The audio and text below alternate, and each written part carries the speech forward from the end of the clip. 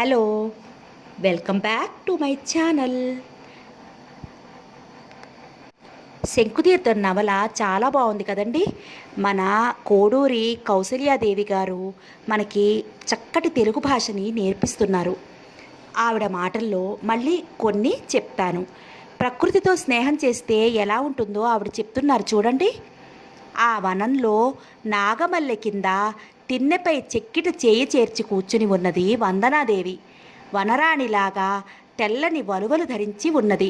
సుస్నాన సుదీర్ఘ కేశపాసం తడి వదలని మత్తుతో వీపునంతా ఆవరించింది. నేలపై కూడా జీరాడుతోంది. తలంటు స్నానం చేసిందంటండి. ఆ జుట్టు వదులుకుని ఉందంట. అసుర సంధ్య వేళ రెండు కొండల నడుమ అరుణరాగాలు వెదజల్లే శశాంక బింబంలా ఉంది. విల్లులా వంగిన కనుబొమలకు కొలది పైన అలంకరించిన కుంకుమరాగం సన్నగా తనలో తాను పాడుకుంటూ ఒడిలో ఉన్న అటుకులను కింద చల్లుతోంది. వాటిని పిచ్చుకలు అనేకం చేరి నిర్భయంగా తింటున్నాయి. ఆమె పక్కనే కూర్చుని ఒక నల్లపిల్లి రొట్టె బుక్కను తింటోంది. తిన్నెను కొద్ది దూరంలో నిర్భయంగా కూర్చున్న రెండు ఉడతలు మామిడి పళ్ళు చేతపట్టి ఆప్యాయంగా పుచ్చిస్తున్నాయి. మామిడి చెట్టుపై కాయల కోసం చేరిన రామచిలుకలు రకరకాలుగా అరుస్తున్నాయి. అబ్బా, ప్రకృతితో స్నేహం అంటే ఎంత బాగుందో చూసారా? ఎక్సలెంట్. ఇవన్నీ మీరందరూ ఎప్పుడు చూసారో? నేనైతే చాలా ఏళ్ళైపోయి ఉంటుందండి. పల్లెటూరు ఉంటే ఇలాంటివన్నీ చూస్తాం. ఈ హైదరాబాద్ వాళ్ళకి చాలా మిస్ అయిపోతున్నాం మేము. కథలోకి వెళ్ళిపోదామా? పని తేలిగ్గానే నెరవేరింది. పరిస్థితులన్నీ తెలియచెప్పి వ్యవసాయ శాఖ డెమాన్స్ట్రేటర్ను ఆర్గనైజర్ని తేలిగ్గానే ఒప్పించగలిగాడు చక్రధరం. సరే, బ్లాక్ డెవలప్మెంట్ ఆఫీసరు అసలే అన్ని విషయాలు తెలిసినవాడు, చక్రధరంపై గౌరవం ఉన్నవాడు. వ్యవహారం అయిన తర్వాత చక్రధరం జయరాం కబుర్లో పడ్డారు. మిగిలినందరూ కుతూహలంగా వింటూ మధ్య మధ్య ఒక్కో మాట కలుపుతూ కూర్చున్నారు. సంభాషణ ముగించి చక్రధరం సెలవు తీసుకుని వచ్చేసరికి అర్ధరాత్రి దాటింది. సుమారు 12:30 ప్రాంతంలో ఆశ్రమంలో అడుగుపెట్టాడతడు. అంత వేసవిలో ఆకాశాన ఆ మొగిళ్ళెక్కడివో నల్లగా పేరుకుని ఎప్పుడు వర్షం కుమ్మరించుతుందో అనేటట్లుంది. ఉండి ఉండి చల్లని గాలి ఒక్కొక్క విసురు విసురుతోంది. సవ్వడి చేయకుండా గేటు బిగించి మందగమనంలో వసారాలో ఉన్న తన పడకను చేరుకున్నాడు. ప్రక్కపై వాలుతూ వాలుతూ ఒక్కసారి గదిలోకి తొంగి చూశాడు. లక్ష్మీదేవి నిశ్చింతగా నిద్రపోతోంది. వందనాదేవి మంచం మీద చెక్కిట చెయ్యి చేర్చి ఏదో తీవ్రాలోచన నిమగ్నమై కూర్చుని ఉన్నది. ఒడిలో ఏదో గ్రంథం తెరిచిపెట్టి ఉంది. కానీ ఆమె దాన్ని పఠించడం లేదని స్పష్టంగా తెలుస్తోంది. వందనా, మెల్లగా కిటికీలో నుంచే పిలిచాడు చక్రధరం. 2 సార్లు పిలిస్తే కానీ జానను ముద్రలో ఉన్న ఆమె చెవిని సోకలేదు. ఓ, మీరు వచ్చారా అంది మెల్లగా. అవును, ఒక్కసారి ఇలారా, వెలుపలికిరా, మాట్లాడాలి. గేటు గడివేసి వచ్చారా? సరే, పడుకోండి. మీరు రాలేదనే ఇలా మేలుకుని కూర్చున్నాను. సమాధానం కోసం చూడకుండా చట్టుకున్న దీపం ఊదేసి పడుకుంది. చేసేది లేక చక్రధరం మాట్లాడకుండా పడుకున్నాడు. పడుకోవటమే కానీ పలు పోకటులు పోతున్న ఆలోచనలతో అతడికి నిద్ర పట్టలేదు. ఆ ఆలోచన పరంపరలోనే కోళ్లు కూశాయి, రెక్కలు టపటపా కొట్టుకుంటూ. వందనాదేవి లేచి సడి చేయకుండా బయటకు వచ్చి కాలకృత్యాల నిర్వహణకు ఉపక్రమించటం, స్నానం చేసి తిరిగి లోపలికి వెళ్ళటం, మాధవయ్య లేచి వచ్చి స్నానాదులు ముగించి వెళ్ళడం అన్నీ చూస్తూనే ఉన్నాడతను. క్రమంగా ఉషస్సు ప్రజ్వలించసాగింది. వందనాదేవి పట్టుచీరేదో ధరించినట్లుంది. రెపరెపలాడుతూ వచ్చి ఆ మసక చీకటిలో గబగబా పూలు కోయసాగింది. శ్రావ్య గాత్రంతో మెల్లగా ఏదో తరంగం పాడుకుంటోంది. బాలగోపాల మా ముత్తుల కృష్ణ పరమ కళ్యాణ గుణాకరా ఏల నీరద కళేబరా కృష్ణ నిరుపమ కౌస్తుభ కంధరా. ఈ ప్రాంత నిశ్శబ్ద వాతావరణంలో నిర్మల హృదయంతో కన్యరాగయుక్తంగా పిలుస్తున్న ఈ పిలుపు ఏ లోకంలో ఉన్నా ఆ పరమాత్ముని నిశ్చయంగా చేరవలసిందే. కౌసల్య సుప్రజ రామ. పూజా గదిలో గంభీర గాత్రంతో శ్రీనివాసుని మేలుకొలుపుతున్నాడు మాధవయ్య. ఆహా, ఎంత నిర్మలత్వం! సాక్షాత్తు ఆ దైవం ఇక్కడ నివసిస్తున్నాడేమో. అంతవరకు నిద్ర పట్టక బాధపడిన చక్రధరం పసిపిట్టలా నిద్రపోయాడు. ఒరేయ్, ఏంట్రా ఈ నిద్ర? అవతల కొండంత పని నెత్తి మీద పెట్టుకుని లేవరా నాయనా, కొబ్బరికాయ కొడతాను. శేషారెడ్డి మంత్రాలు చదువుతూ అటు ఇటు దొర్లించేస్తుంటే బద్ధకంగా కళ్ళు విప్పాడు చక్రధరం. తెరిచి తెరవగానే అతడి నేత్రాలకి ముందుగా కనిపించింది కళకళలాడుతున్న వందనాదేవి. దగ్గరున్న రెడ్డి ప్రకృతులు కనిపించనే లేదు. దూరంగా పాదులుకున్న కూరలు కోస్తున్న ఆకాశ నీలం జరీపట్టు వస్త్రాలతో స్వర్ణ కంకణాలు, హారాలు, జడగంటలు ధరించి తలలో పూలమాలల్లో ఫాలభాగాన ఉదయభానుడి మేలిన పోరిన కుంకుమ రాగంతో లక్ష్మీ కళతో వెలసిల్లుతున్న వందనదేవిని చూస్తూ చిరునవ్వుతో లేచాడు మంచం మీద నుంచి. ఆహాహా, లేస్తూనే నిన్ను చూశాను, లక్ష్మిలా దర్శనమిచ్చావు, చూడాలి ఏం శుభం జరుగుతుందో అన్నాడు నవ్వుతూ. వందన విని విన్నట్లు చూసి చూడనట్లు లోపలికి నడిచింది. అన్యాయంరా, శేషారెడ్డి ప్రారంభించాడు. అతిశ్రమపడి అరిచి అరిచి అరగంట నుంచి లేపితే కన్నెత్తైనా చూసావా నన్ను? పైగా ఘనతంతా ఆవిడదా? చిరునవ్వుతో తల తిప్పి చూశాడు చక్రధరం. ఏరా, పొద్దున్నే ఇలా వచ్చావు? మరి మీరు పొలాలకు మందు చెల్లించుకోరా? అందుకే కదరా నీకోసం వచ్చాను. 7 గంటలు దాటితే ఇది పొద్దున్నేనా నీకు? అది సరే కానీ నేనెందుకురా, రాత్రి వాళ్ళందరికీ చెప్పాను కదా. అయితే మాత్రం నువ్వుంటే కాస్త వాళ్ళతో ఏ మాటకైనా మాట్లాడటానికి చేయటానికి అయినా చనువుగా బాగుంటుంది. కాంపౌండర్ ప్రవేశించాడు. ఇంకా ఆసుపత్రికి రాలేదని చూద్దామని వచ్చానండి అంటూ నసిగాడు. రాత్రి కొంచెం ఆలస్యంగా నిద్ర పట్టిందిలే. అయితే పేషెంట్స్ ఎక్కువగా వస్తున్నారా? ఎక్కువ లేరనుకోండి. చక్రధరం రెడ్డి వైపు తిరిగాడు. వాళ్ళు గోల పెట్టరట్రా మరి? అయినా పనే ఉంది అక్కడ. నీ పని లేకపోవడం ఏంటి? చక్రధారుడివి, నువ్వు లేనిదే కురుక్షేత్ర యుద్ధం ఎక్కడిది? అందరూ నవ్వేశారు. చక్రధరం నవ్వలేదు. అయితే కురుక్షేత్ర యుద్ధం తథ్యమే అంటావు అన్నాడు సాలోచనగా చూస్తూ. అదే అనిపిస్తోంది. అయినా ఏమో కానీ ఇప్పుడు మాత్రం నీ రాక చాలా అవసరం. బాబాబు, నా మాట తీసేయకు. బాగుందిరా నీ ప్రతిమలాడటం. నువ్వు రమ్మంటే తప్పకుండా వస్తాను. ఇంత ప్రాధేయపడాలా అని కాంపౌండర్ వైపు పెరిగి, నాకు కొంచెం పనుంది, ఈ పూటకి వచ్చిన వాళ్ళు నీ ఎలాగో సమాధానపరిచి పంపించేసాయి అని ముఖం కడుక్కోవడానికి నూతి వైపు నడిచాడు. 5 నిమిషాల్లో స్నానం కూడా ముగించి వంట షెడ్లోకి వెళ్ళాడు. అతను ఊహించినట్టుగా కాక లక్ష్మీదేవి, వందనాదేవి కూడా ఎప్పటి మాదిరిగా ప్రశాంత వదనాలతో ఒకరికొకరు సాయపడుతూ పనులు చేసుకుంటున్నారు. లక్ష్మీదేవి కూరలు తరుగుతోంది. వందన అప్పుడే కాఫీ కలిపి పంచదార వేస్తోంది. ఇంకా అవలేదటే అమ్మాయి, అబ్బాయి ఇక్కడికి వచ్చేశాడు అంది లక్ష్మీదేవి చక్రధరాన్ని చూసి. అయిపోయింది అత్తయ్య అంటూ, బావా మీరు నడవండి, అందరికీ అక్కడికి తీసుకొస్తాను, టిఫిన్ కూడా ప్లేట్లలో పెట్టి, ఆలస్యం లేదు అంది వదిన. తృప్తిగా వెళ్ళిపోయి రెడ్డి వాళ్ళ దగ్గర కూర్చున్నాడు చక్రధరం. భోజనాలకు గల అభ్యంతరం పలహారాలకు లేదు. ఏం ఆచారాలు, ఏం మనుషులు అని నవ్వుకున్నాడు తనలో తను. ఎరువులు మిశ్రమం చేసి హెలికాప్టర్ తొట్టిలో పోశారు. కరణము ఊళ్ళో మోతుబర్లు చాలామంది వచ్చి ఉన్నారు పొలాల దగ్గరికి. అసలు హెలికాప్టర్ను చూడాలనే కుతూహలంతో ఇంచుమించు గ్రామం అంతా అక్కడే గుమిగూడారు, ఘరానా ఇళ్లలోని స్త్రీలు తప్ప. కరణం జయరాంకి ఏంటేంటో నూరిపోస్తున్నాడు. అతడు అతి శ్రద్ధా వినయాలతో ఊకొడుతున్నాడు, ఒక్కో కొంటె చూపు చక్రధరం వైపుకి విసురుతూ. నమస్కారం అండి అన్నాడు చక్రధరం ఏమీ ఎరగనట్టు కరణం దగ్గరికి వెళ్ళి. కరణం ముఖం ఎందుకో అతన్ని చూడగానే చిరపట్లాడిపోయింది. వినిపించుకోనట్టు ముఖం మరోవైపు తిప్పుకున్నాడు.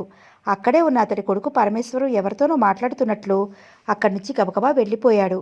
ఒక క్షణం చంద్రధరం ముఖం చెన్నబోయి వెంటనే తేరుకుంది. కిందటి సాయంత్రం జరిగిన సంగతి మనసులో మెదలగా అదే కారణమని నిశ్చయించుకుని తల పంకిస్తూ అక్కడి నుంచి వెళ్ళిపోయి బ్లాక్ డెవలప్మెంట్ ఆఫీసర్ దగ్గర నిల్చున్నాడు. అట్టే ఆలస్యం చేయకుండానే హెలికాప్టర్ పైకి లేచింది. కరణం ముఖం ఏమీ బాగాలేదు, ఎక్కడా కాళే లేదు. చీటికి మాటికి కర్తవ్య మూడుళ్లా అటు ఇటు దిక్కులు చూస్తూ ఆందోళిత వదనంతో చూడసాగాడు. మందులు జరుగుతున్న హెలికాప్టర్ని అతడి కుడిపచి అయిన మునిసపు కోసం అలా ఎదురుతెన్నులు చూస్తున్నాడని అందరూ పసిగట్టారు. 8 గంటలకు పైకి లేచిన హెలికాప్టర్ మధ్యాహ్నం 2 గంటల వరకు తన ఇష్టాస్థానం తన పని తను కానిచ్చి కిందకి దిగింది. చాలామందికి అది కిందకి దిగుతూ చెట్లను తప్పించుకుంటూ మెలికలు తిరుగుతుండటం చూసి ఆశ్చర్యపోవడంతోనే సరిపోయింది. అన్ని పొలాలకు సమపాళల్లో అందింది అంటూ 2 చేతులు దులుపుకుంటూ సగర్వంగా చూసిన జయరాంకు అక్కడెక్కడా కరణం జాడ కనిపించలేదు. చక్రధరం, అతను, శేషారెడ్డి బృందం ముఖాముఖాలు చూసుకుని గుంభనంగా నవ్వుకున్నారు. గుంభనంగా నవ్వుకున్నారు. కొందరి ముఖాలలో ఆనందం, ఇంకొందరి వదనాలలో ఆశ్చర్యం, మరికొందరి నేత్రాలలో ఆందోళన. మిగిలిన వారి తీరుతెన్నులలో క్రోధావమానాలు స్పష్టంగా ద్యోతకమయ్యాయి. ఎంత కండకావరం! మా మాటను మీరి ఎవడి ఉద్యోగమైనా నిలిచిందా? ఎవడైనా బతికాడా? మీసాలు మీదకి పోబోయాయి కొన్ని చేతులు. ఇంతకాలానికి మునసబునే ఎదిరించే మునగాళ్ళు బయలుదేరారా? గర్జించాయి కొన్ని కంఠాలు. మునసబు ఊళ్ళో లేకపోవటం వల్ల మన అందరి పొలాలకి అందింది మందు. ఆఫీసర్ బాబు మంచోడు. కొందరి ముఖాలు విప్పారాయి. ఇప్పుడే ఉంది, ముందున్నాయి ముసళ్ళ పండగలు. మునసబు ఊళ్ళోకి రావాలి, గ్రంథం రసపట్టులో పడాలి. ముందు ముందు చూడబోయే సినిమాను ఊహించుకుని ఉవ్విళ్ళు ఊరుతున్నాయి కొన్ని ముఖాలు. ఎవరి మాటలు లెక్క చేయకుండా సరదాగా కబుర్లు చెప్పుకుంటూ గృహోన్ముఖులయ్యారు చక్రధరం, శేషారెడ్డి, అతని అనుయాయులు, block development officer, Jayaram, helicopter pilot. ముందు చెప్పనందుకు మన్నించాలి. ఇవాళ అందరూ భోజనాలు మా ఇంట్లో అంటే మా ఆశ్రమంలో ఏర్పాటు చేయించాను అందరికీ అన్నాడు డాక్టర్ చక్రధరం. శేషారెడ్డి అదిరిపడ్డాడు. రాత్రి అంత గొడవ జరిగింది. రెడ్డి కులస్తుని సహపంక్తినే తన కుమారుడు భోజనం చేయటానికి ఇష్టపడలేదు లక్ష్మీదేవి. ఖండితంగా ప్రవర్తించింది. మరి ఇప్పుడు క్రిస్టియన్తో కలిసి భోజనం చేసే ఏర్పాట్లు చేశానని చెప్తున్నాడు. అతనికి అసలు మతి ఉందా లేదా? ఎందుకండి మీకంత శ్రమ? మాకు మా ఏర్పాట్లు ఎలాగూ ఉంటాయిగా అన్నాడు ఆఫీసర్. అది సరేలేండి, కానీ ఇదివరలో నేను అసలు ఓసారి మిమ్మల్ని ఆహ్వానించాలనుకున్నాను, కానీ సందర్భం కుదరలేదు. జయరాం కూడా నాకు చెప్పుకోదగిన స్నేహితుడు. నా ఆహ్వానం తిరస్కరించకుండా మన్నిస్తే చాలా సంతోషిస్తాను అన్నాడు చక్రధరం. అందరూ సంతోషంగానే ఒప్పుకున్నారు. అంతా ఆశ్రమంలో ప్రవేశించేసరికి మధ్యాహ్నం 2:30 అయింది. ఆహాహా, ఎంత చల్లగా ఉంది, ఎంత ప్రశాంతంగా ఉంది అన్నాడు ఆఫీసర్ తోట నలువైపులా కలయి చూస్తూ. వైశాఖ మాసం సూర్యుడు ఇక్కడికి రావటానికి ఎత్తుకో భయపడుతున్నట్లుగా ఉంది. ఆహా, ప్రాణాలు లేచి వస్తున్నాయి అన్నాడు జయరాం ఒక చెట్టు కింద హాయిగా చెతికిలు పడుతూ. పట్టణాలు వదిలి ఈ పల్లెలో ఎలా ఉన్నావో అనుకున్నాను, కానీ నీ అంత అదృష్టవంతుడు లేడరా చక్రి. ఏ పట్టణమో నగరమో కాదు సరికదా, స్వర్గం కూడా అక్కర్లేదు ఇటువంటి ప్రశాంత ప్రదేశంలో ఉంటే. అందరికీ చిరునవ్వే సమాధానంగా విసిరి కూర్చోమని చెప్పి లోపలికి వెళ్ళారు చక్రధరం, శేషారెడ్డి. వందనాదేవి శేషారెడ్డి భార్య నాగమణి హడావుడిగా వడ్డన ప్రయత్నాలు చేస్తుండగా వందన అమ్మేది మెల్లని స్వరంతో బెదురుతూ ప్రశ్నించాడు చక్రధరం. అంత ఎండలో వచ్చినట్టున్నారు, ముందు మంచినీళ్ళలో మజ్జిగ దాహమో పంపించమంటారా? ప్రసంగం మార్చింది వందనాదేవి. అలాగే పంపించు గాని అమ్మేది? కోపంగా ఉందా? వందన ఇబ్బందిగా పెట్టింది ముఖం. సమాధానం ఇయ్యలేదు. రెడ్డి అన్నాడు మెల్లగా. వస్తుందా అనే అనుమానం దేనికి? అమ్మకి నిశ్చయంగా కోపం వస్తుంది. వస్తుందని తెలిసి నువ్వెందుకు ఇలా ప్రవర్తిస్తున్నావో అర్థం కావట్లేదు. నాకు ఏమన్నా ఎలా ప్రవర్తించినా అమ్మ నీకెలాగో నాకు అంతే. ఆమె దగ్గర నాకు అభిమానం, అవమానం అనే 2 పదాలు గుర్తుకురావు. అందుకే అంత జరిగినా రాత్రి అలా భోజనం చేయగలిగాను. మన స్నేహం చెడలేదు. తెలుసు రెడ్డి, కృతజ్ఞత, ప్రేమ తొడికిసలాడే నేత్రాలతో అన్నాడు చక్రధరం. మా మధ్య వాగ్వాదాలు కలహ ప్రసంగంలోకి దిగరాదనే ముందు చూపుతో నువ్వు నీ వ్యక్తిత్వాన్ని, ఆత్మగౌరవాన్ని వెనక్కి నెట్టి అలా ప్రవర్తించావు. సిగ్గుతో మనసు అంగీకరించక మళ్ళీ ఆ విషయం నీ దగ్గర ఎత్తలేకపోయాను నేను. అటువంటిది పరిస్థితుల్లో ఎంతటి ఆత్మీయులైనా తనకి జరిగిన అవమానం గురించే ఆలోచించి ఆర్పాటం చేస్తాడు కానీ నీవలే అంత విశాల హృదయంతో సామరస్యం సృష్టించడు. అది సరే, అలా ఉండని విసుగ్గా ముఖం పెట్టాడు రెడ్డి. ఇప్పుడు నన్ను శ్లాఘించమని కాదు నేను ఆ ప్రసక్తి ఎత్తినది. అమ్మే కనుక మళ్ళీ అటువంటి ఆర్పాటం చేస్తే పరిస్థితి చాలా విషమించుతుంది. కానీ రాత్రి జరిగినట్లుగా ఇంట్లో వ్యక్తుల మధ్య ఘర్షణలుగా అడిగిపోదు. స్నేహితులు, పరాయి వాళ్ళు కూడా పరువులు, స్నేహాలు అన్నీ దెబ్బతింటాయి. వాళ్లకు మనకు కూడా అవమానంగానే ఉంటుంది. ఆలోచించుకో మరి. బాగుంది, ఎలాగో అమ్మను ఒప్పించుతాం కానీ స్నేహితుడికి ఓ పూట మర్యాద చేయకపోతే ఇంకెందుకు బతుకు? ఇక వందరికి యథార్థం చెప్పవేక తప్పలేదు. అత్తయ్యకి కోపం వచ్చి వెళ్ళిపోయింది. సరే, ఇక్కడే ఉండి ఆర్పాటం చేసే కన్నా వెళ్ళిపోవటమే మంచిది. అందుకే నేను శేషన్నయ్య భార్యకి కబురు పంపాను సాయం రమ్మని పనికి. ఇంతకు ఏం జరిగిందో వివరంగా చెప్పు అని అడిగాడు చక్రధరం. చెప్పుకోవచ్చులేండి, ఇప్పటికే పొద్దు తిరిగిపోయింది. వేళ మించిపోయింది భోజనాలకి. ఈ వరండాలో వేయమా ఆకులు?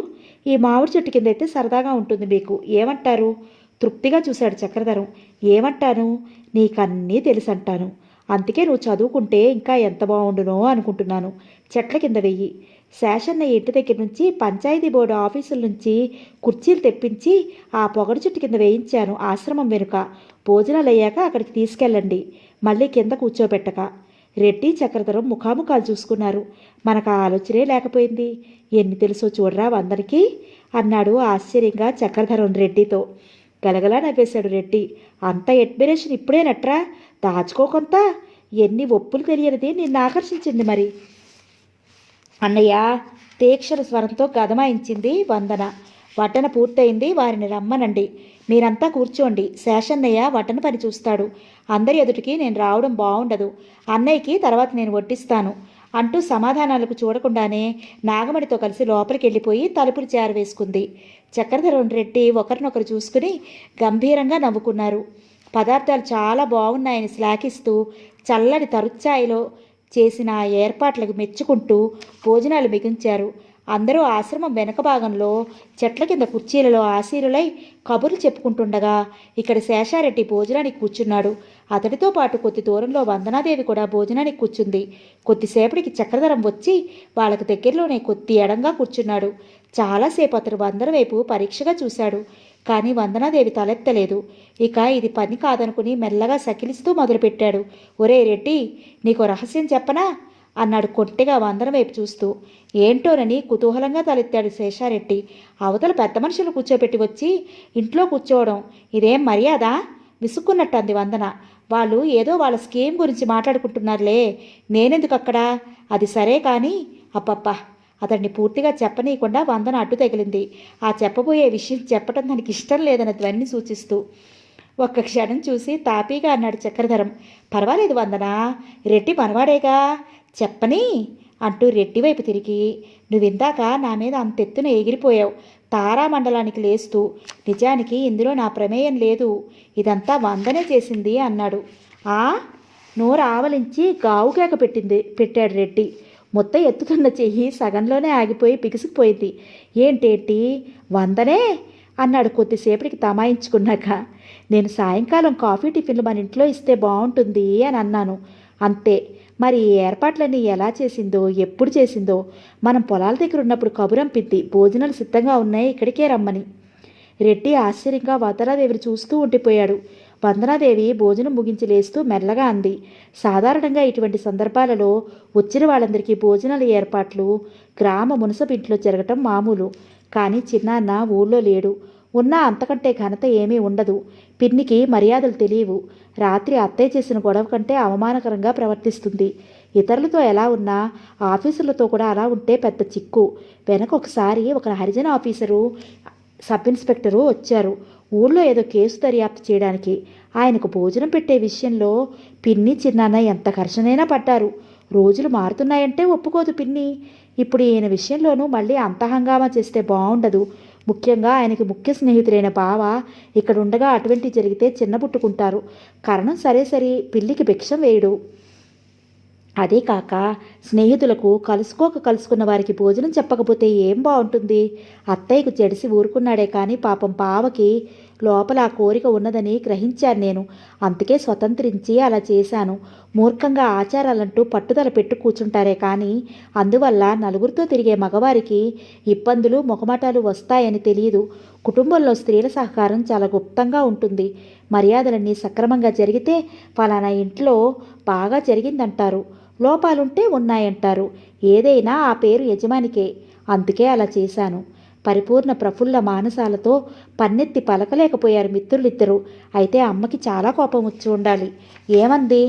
చాలా అంది. దానికే మనలో మనం ఎలాగో అనుకోనవచ్చు పడనవచ్చు. ఇతరుల దగ్గర పరువు పోకుంటే చాలు. అయినా కంగారు పడకండి, అత్తయ్యని ఎలాగో నేను బతిమాలుకుని ఒప్పిస్తాగా. అంత ఆత్మధైర్యం కలదాను కనుకనే ఇంత పని చేయగలిగావు. హృదయపూర్వకంగా నవ్వాడు చక్రధరం. మేము అలా ఆఫీస్ వైపుకు వెళ్తున్నాం. కాస్త చల్లబడ్డాక నేను వస్తాను, సిద్ధంగా ఉండు. వందన, నాతో తీసుకెళ్తాను. హెలికాప్టర్ చూద్దుగాని అంటూ లేచాడు కూర్చుని చోటు నుంచి. ఇంకా నయ్యం, అటువంటివేవీ మొదలు పెట్టకండి. ఇప్పుడు నేను రాను, మీ పనులేవో చూసుకోండి. ఎందుచేతో వెళ్ళిపోతూనే అడిగాడు. ఇక మేం కూడా పొలాల వెంట వీధుల వెంట తిరిగితే పరువేవి నిలవక్కర్లేదు. నా కోసం రాకండి, మీ పనులు మీరు చూసుకోండి. చక్రధరం మరి మాట్లాడకుండా సాగిపోయాడు. మోహిని, మోహిని, హడావుడిగా ఉరకలు పరుగుల మీద వచ్చాడు చక్రధరం. త్వరగా బయలుదేరు, హెలికాప్టర్ చూపిస్తాను. గోపన్న, త్వరగా బండి సిద్ధం చేయి, జల్దీ జల్దీ. నిజంగా చూపెడతావా చక్రి? ఆశగా ఆనందంగా దగ్గరికి పరిగెట్టింది మోహిని. త్వరగా, ఉన్న పలాన బయలుదేరాలి, మళ్ళీ వాడు వెళ్ళిపోతాడు. వంట పనిలో ఉన్న రుక్మిణి చెయ్యి తుడుచుకుంటూ వచ్చింది. ఏంటా హడావుడి? ప్రశ్నించింది. విషయం విని కొంచెం ఆశ్చర్యం ప్రకటించింది. అయితే అబ్బాయి, నాకు తిరిగి అడుగుతాను, నిన్న సాయంత్రమేగా దాన్ని మందలించి ఎన్నో చెప్పావు, మళ్ళీ ఇప్పుడు ఇదేంటి? నవ్వేశాడు చక్రధరం. అది ఇది ఒకటి ఎలా అవుతుందమ్మా? ఒక వింత వినోదం లేకుండా ఇంట్లో మగ్గిపోమని నేను ఎప్పుడూ అనలేదే. చూడవలసిన విశేషం ఉంది కనుక తీసుకెళ్ళి నేనే చూపిస్తానంటున్నాను. వాళ్ళ ఎదుట వీళ్ళ ఎదుట విచ్చలవిడిగా తిరగడానికి, అయిన వాళ్ళతో గౌరవంగా మర్యాదగా వెళ్ళి రావడానికి భేదం లేదు. రుక్మిణి అతడి సమాధానం ఏమీ ఇవ్వలేదు. కానీ కూతురు చూసి చిరునవ్వుతో, వెళ్ళు, ఇంకా అలా నిల్చున్నావే అంది. నువ్వు కూడా రా అత్తయ్యా, బాగుంది. నేనెందుకు, చిన్నపిల్లనా? తేలిగ్గా నవ్వేసింది. చిన్నపిల్లలే కానీ పెద్దవాళ్ళు వింతలు చూడకూడదన్నమాట.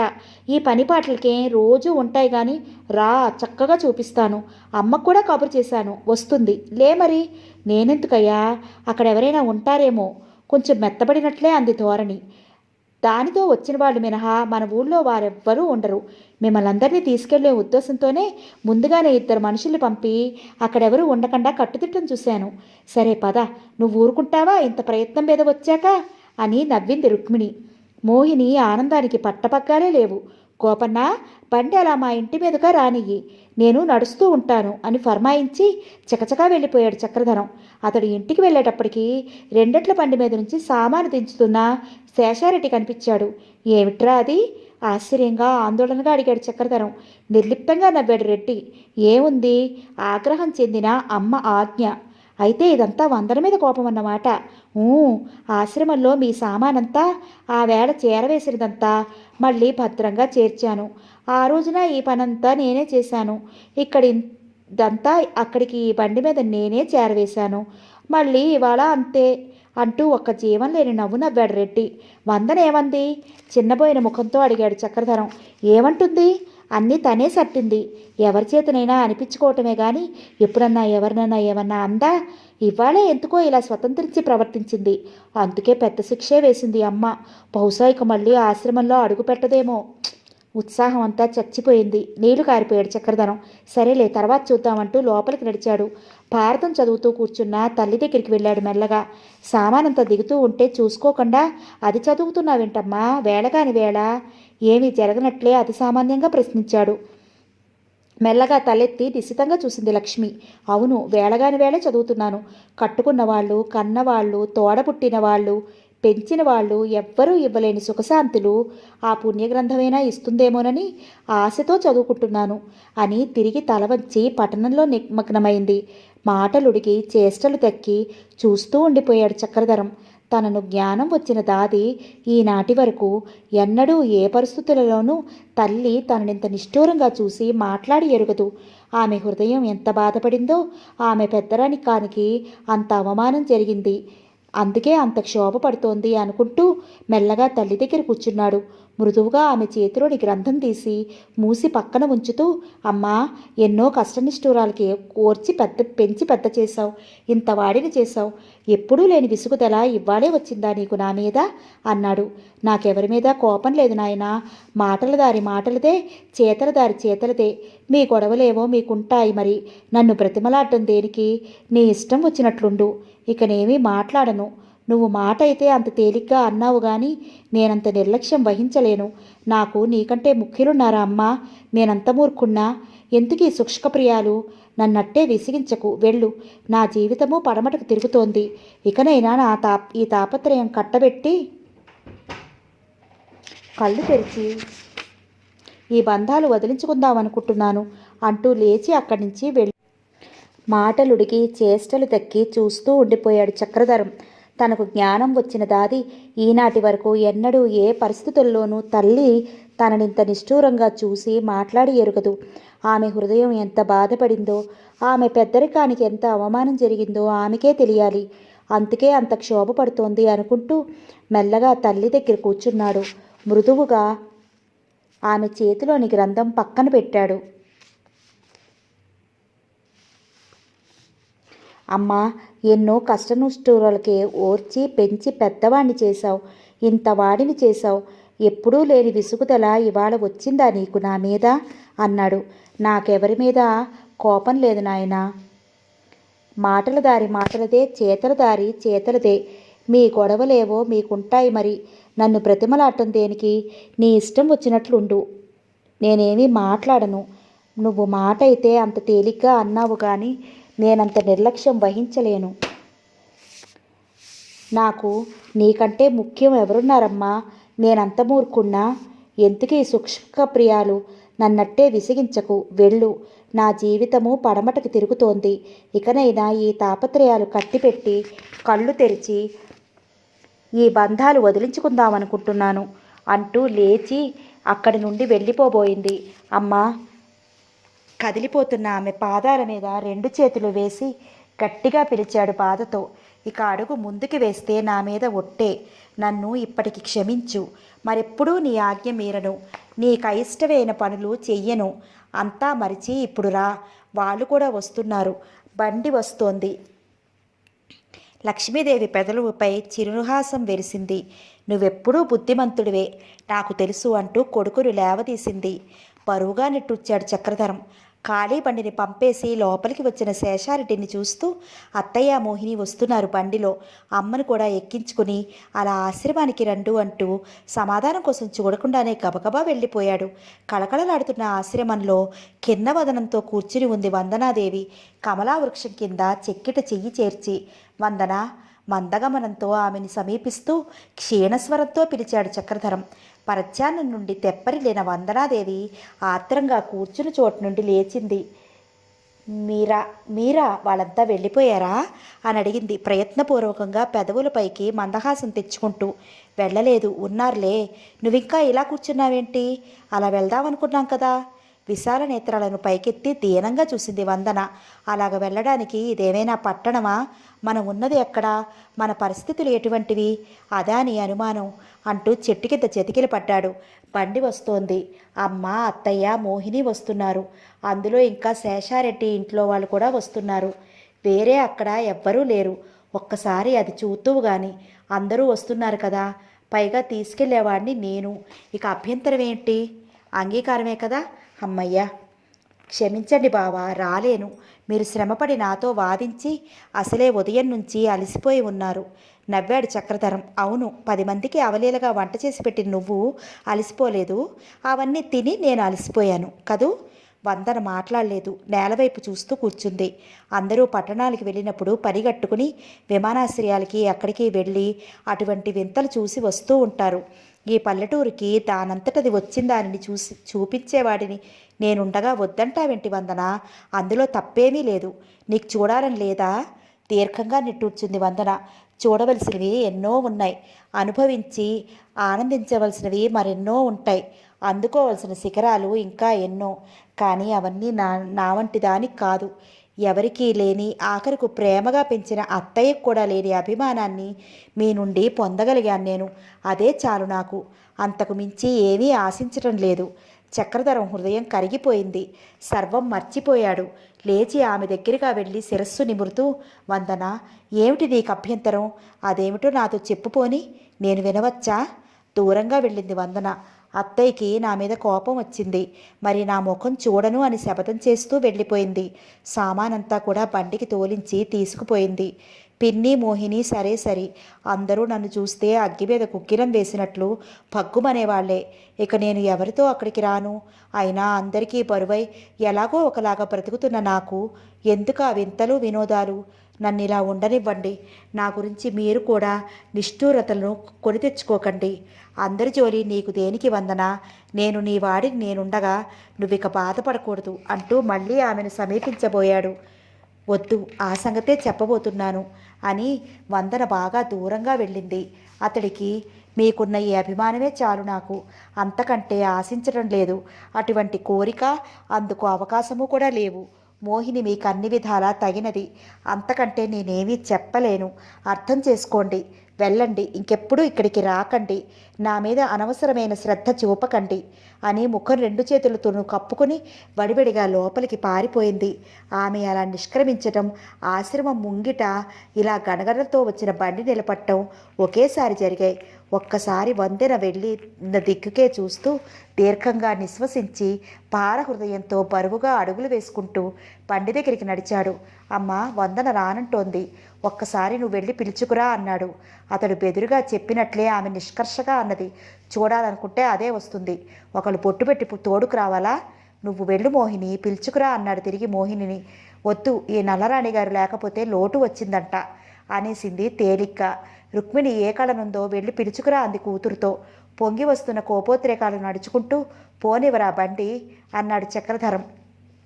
కానీ అంతలో మోహిని బండిలోంచి దూకరే దూకేసింది. చెంగున ఆశ్రమంలోకి ఒక్క పరుగు తీసింది. ఇదిగో చండిక, చెయ్యమంటే చెయ్యదు, వద్దంటే చేస్తుంది అని గొణుక్కున్నాడు చక్రధరం. వెన్న రుక్మిణి పకపకా నవ్వేసింది.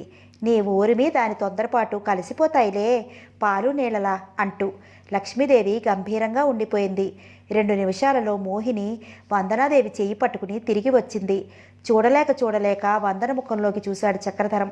చాలా నిర్మలంగా ప్రశాంతంగా ఉంది ఆ వదనం. బండి దగ్గరికి వచ్చి నవ్వుతూ మీరంతా వస్తున్నారా అని మనఃపూర్వకంగా అడిగింది వందనాదేవి. లక్ష్మీదేవి ముఖం తిప్పుకుని దూరానికి చూడసాగింది. నువ్వురా, పండెక్కు అంది రుక్మిణి. ఆ పిలుపులో అధికారమే కానీ అనురాగం, ఆప్యాయం మచ్చుకైనా లేవు. రాలేను పిన్ని, నీరసంగా గుండెదడగా ఉంది అంది వందన. రాయిలా ఉండి అలాంటి కారణాలు చెప్తావెందుకు? నీరసానికి ఏం తక్కువైందని విషాదంగా నవ్వింది వందనాదేవి. ఎక్కు బండి, అట్టే జాప్యం చేయకు. తీరి కూర్చుంటే అనేక రోగాలు. అటు నుంచి అటే ఇంటికి వెళ్ళిపోవచ్చు. రా, ఎక్కు. కానీ ఆ మాటలకి వందన జంకలేదు. నువ్వేమనుకున్నా సరే పిన్ని, నేను యథార్థమే చెప్పాను, వెళ్ళండి మీరు. హెలికాప్టర్ విమానంలా ఉంటుంది ఊరించబోయింది మోహిని. నవ్వింది వందన. నువ్వు చూస్తావుగా మోహిని, చూసి నాకు చెప్తూగాన్లే. పోనీరా బండి అన్నాడు చక్రధరం. బండి కదిలిపోయింది. బండి వైపే చూస్తూ నిల్చున్న వందనకి ఒక్క క్షణం చూసి లోపలికి వెళ్ళి వందన అన్నాడు మెల్లగా చక్రధరం. ఇద్దరూ కూడా ఎగిసి వస్తున్న నిట్టూర్పులను ఆపుకుంటూ ఎవరి దారిని వాళ్ళు వెళ్ళిపోయారు. చక్రధరం కుటుంబం వారు కాక ఊళ్ళో కొన్ని కుటుంబాలలో స్త్రీలు కూడా వచ్చారు. వెనుక ఒక్కసారి వచ్చింది హెలికాప్టర్. అప్పుడు ఎవ్వరూ ఇలా చూపించలేదు. చూపిస్తారా అన్న ముక్క కూడా అనలేదు. నువ్వు తెలివైన వాడివి కనుక ఇళ్లల్లో పడి మొగ్గిపోయే ఆడవాళ్ళకి కూడా ఇటువంటి అవకాశాలు కల్పిస్తున్నావు అంటూ అందరూ అభినందించారు చక్రధరాన్ని. చక్రధరం మనస్సుకు తాత్కాలిక ఉపశమనం కలిగింది. ఇదిగో చూసారా, దీనికి రెక్కలుండవు, చుట్టూ అద్దాలే. ఇది ఇంజన్ పైన తిరుగుతూ ఉంటుంది, ప్రొపెల్లర్.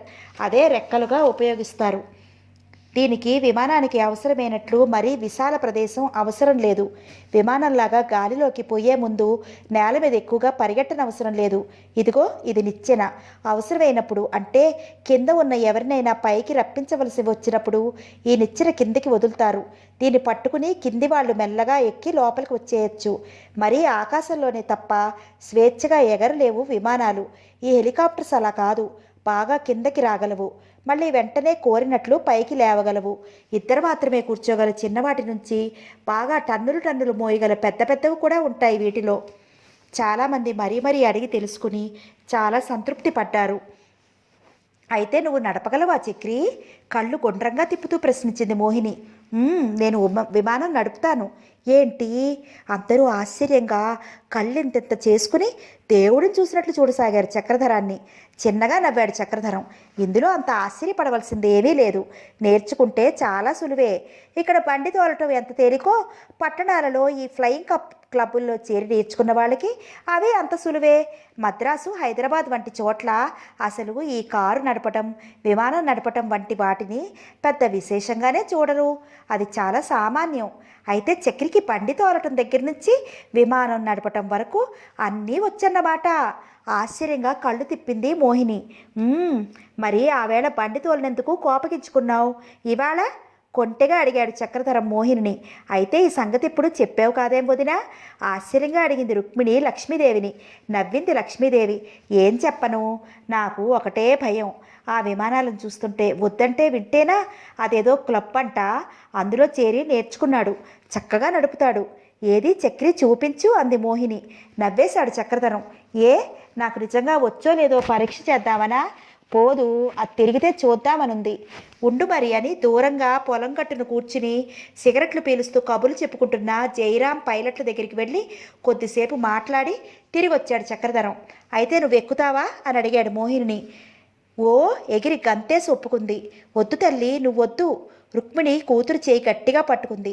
ఎన్నెన్ని విమాన ప్రమాదాలు జరుగుతున్నాయని చదువుతున్నారు పేపర్లో, ఒక ఆవిడ అంది. మరేనమ్మా, ఎక్కడో విమానం కూలి 150 మంది చచ్చిపోయారంట అంది మరొక ఆమె బుగ్గన వేడి పెట్టుకుని వింతగా. ఒక విమానం గాల్లోనే నిప్పట్టుకుందంట మరొక ఆమె వివరిస్తోంది. ఇక కంపరం పుట్టింది చక్రధరానికి.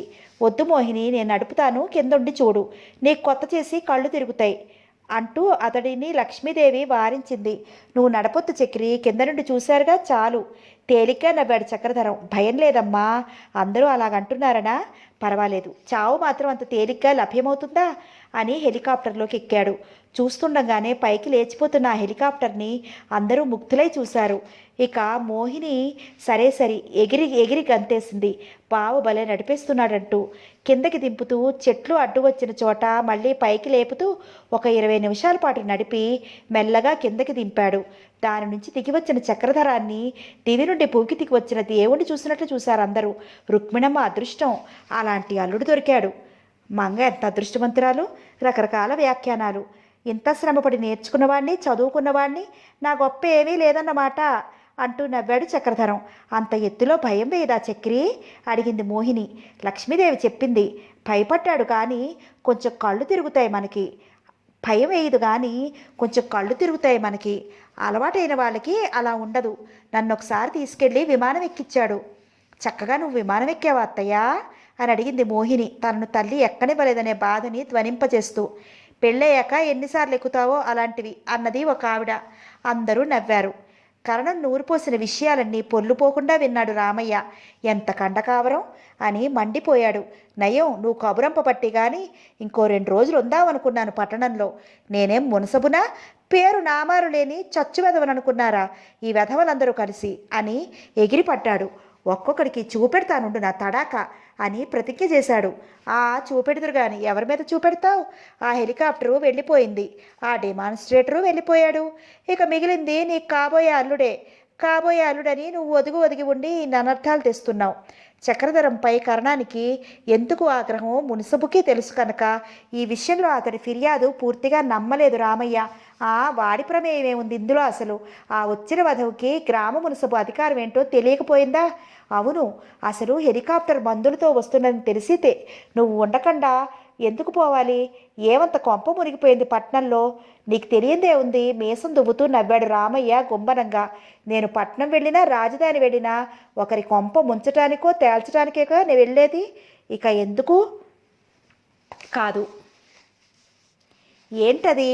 నేను వినవచ్చా? ఎందుకు? ఇప్పుడు చెప్పి లాభం ఏంటి? నగుబాటు తప్ప. అయినా నీకు చెప్పడానికే. కిందటిసారి హెలికాప్టర్ ఎరువుల పంపిణీ సందర్భంలో ఆ శేషారెడ్డి బలగం గొడవలు లేవదీశారు కదా. ఈసారి అలాగ జరగకుండా అసలు ఆ శేషారెడ్డి గాడినే ఆ సమయానికి ఊళ్ళో లేకుండా చెయ్యాలి. ఏదైనా దొంగ కేసు పనాయించాలని చూశాను. వాడి పుణ్యమేమిటో మరి 10 రోజులు పట్టణంలో పడున్నా కుదిరింది కాదు. మన ప్లేటరు ఊళ్ళో లేడు.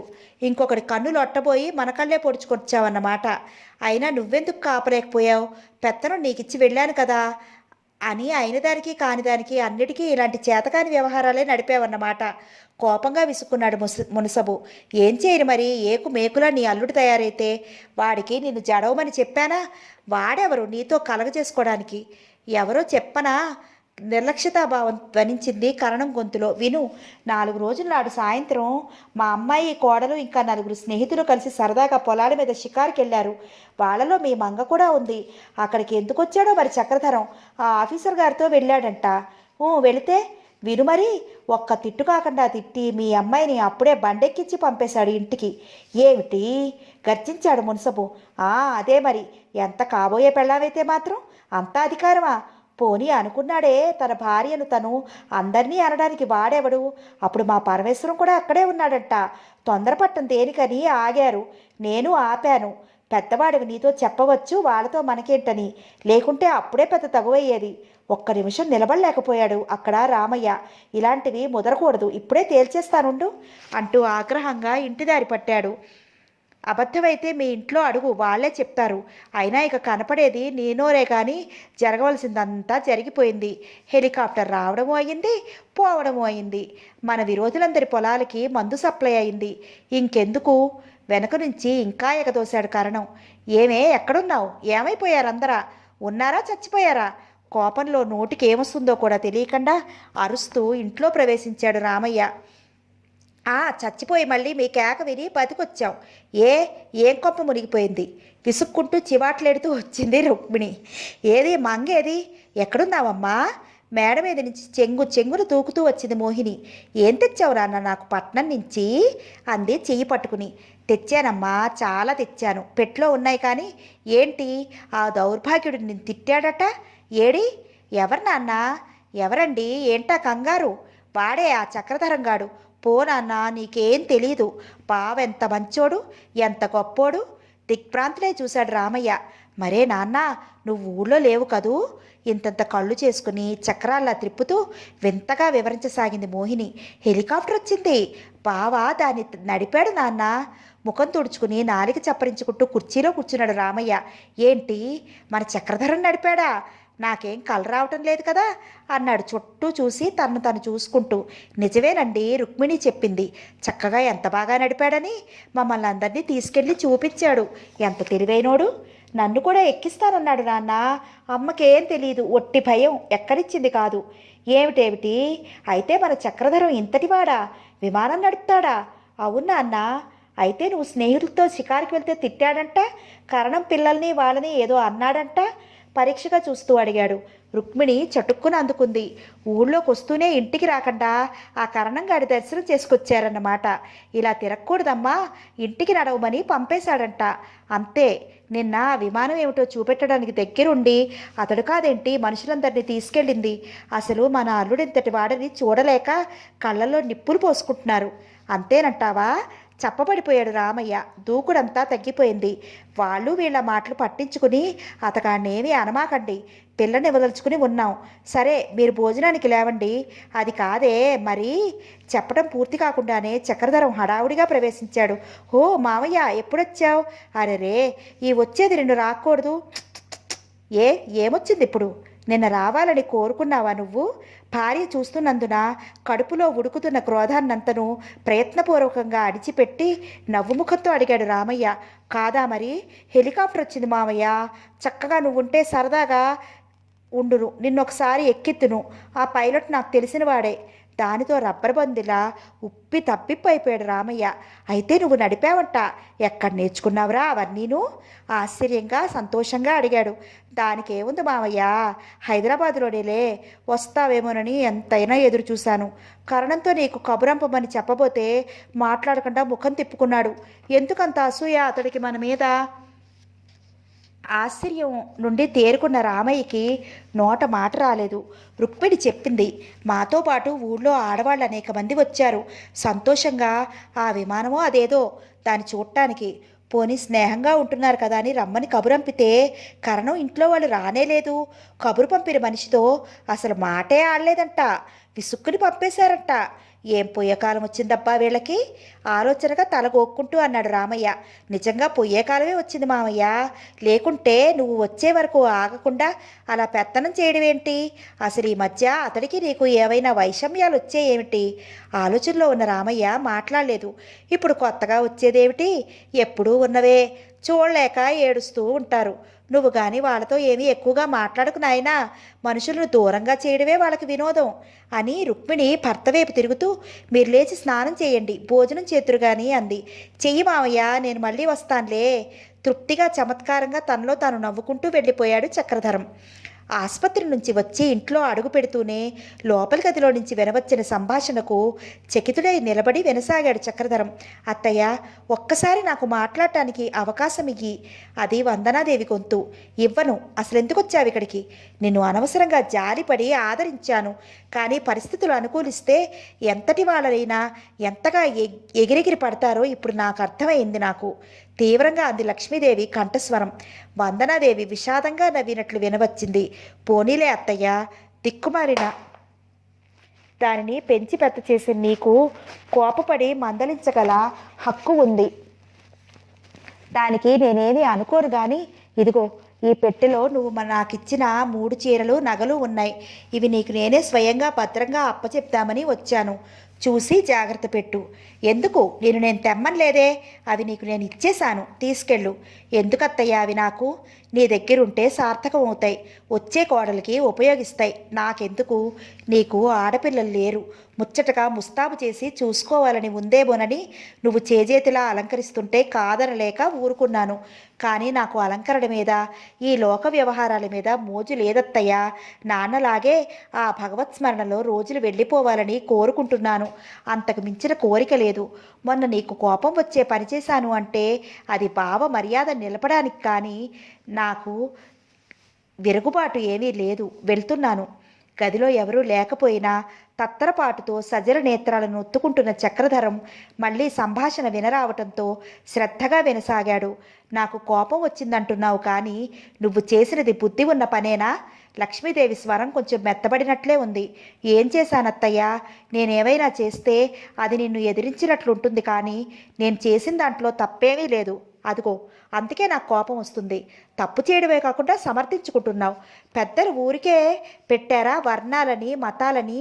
అందులోనూ నిత్యం పూజా పారాయణలతో పవిత్రంగా ఉండే ఆశ్రమంలో అలాంటి అప్రాచ్యపు పని చేయటం?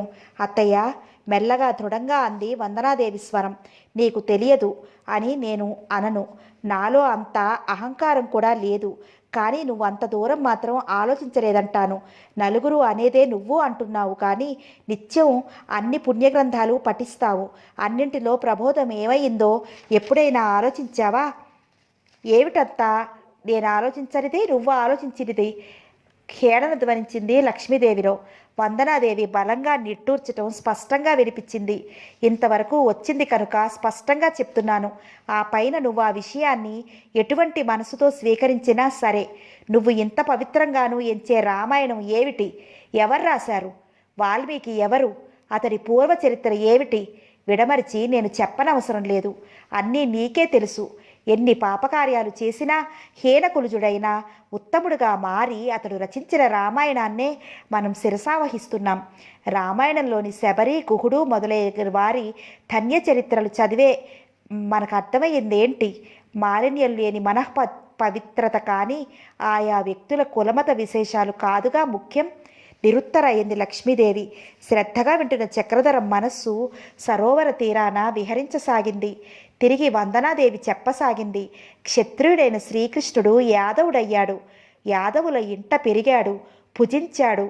మరి ప్రజలు అజ్ఞానంగా యుక్తాయుక్తాలు యోచించకుండా అనుచితంగా ప్రవర్తించరాదనే ఉద్దేశంతో కొన్ని ప్రమాణాలు ఏర్పరిచారు విజ్ఞులైన పూర్వులు. కానీ స్వార్థ మానవులు వాటిలో తమకు అనుకూలమైన వాటిని స్వీకరించి తమ ప్రవర్తనకు అనుగుణంగా వ్యాఖ్యానించుకుని మిగిలిన వాటిని చూసి చూడనట్లుగా వదిలేస్తున్నారు. నిత్యం మహాభారతం పఠిస్తావు. అందులో నుంచి నువ్వు గ్రహించినది ఏమిటి? మరి ధర్మరాజు నహుషుని ప్రశ్నలకు సమాధానం ఇస్తాడు, చూశావా?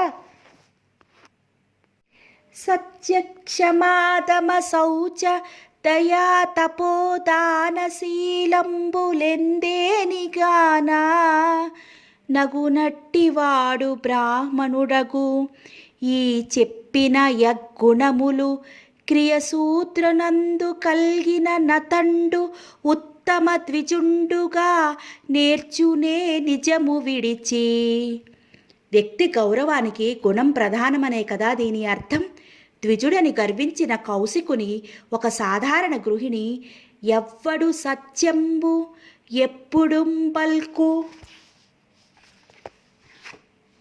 నట్టి పుణ్యాత్ముని ననకు బ్రాహ్మణుడని